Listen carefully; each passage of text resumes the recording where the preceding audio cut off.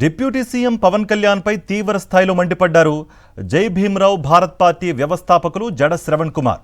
పవన్ కళ్యాణ్ 2 లక్షల పుస్తకాలు చదవలేదని, ఆయన చదివింది 2 లక్షల పుస్తకాలనే పేరున్న ఒకే ఒక్క బుక్ అంటూ ఎద్దేవా చేశారాయన. ఒక వ్యక్తి 2 లక్షల పుస్తకాలు చదవాలంటే 463 సంవత్సరాలు పడుతుందన్నారు జడ శ్రవణ్ కుమార్.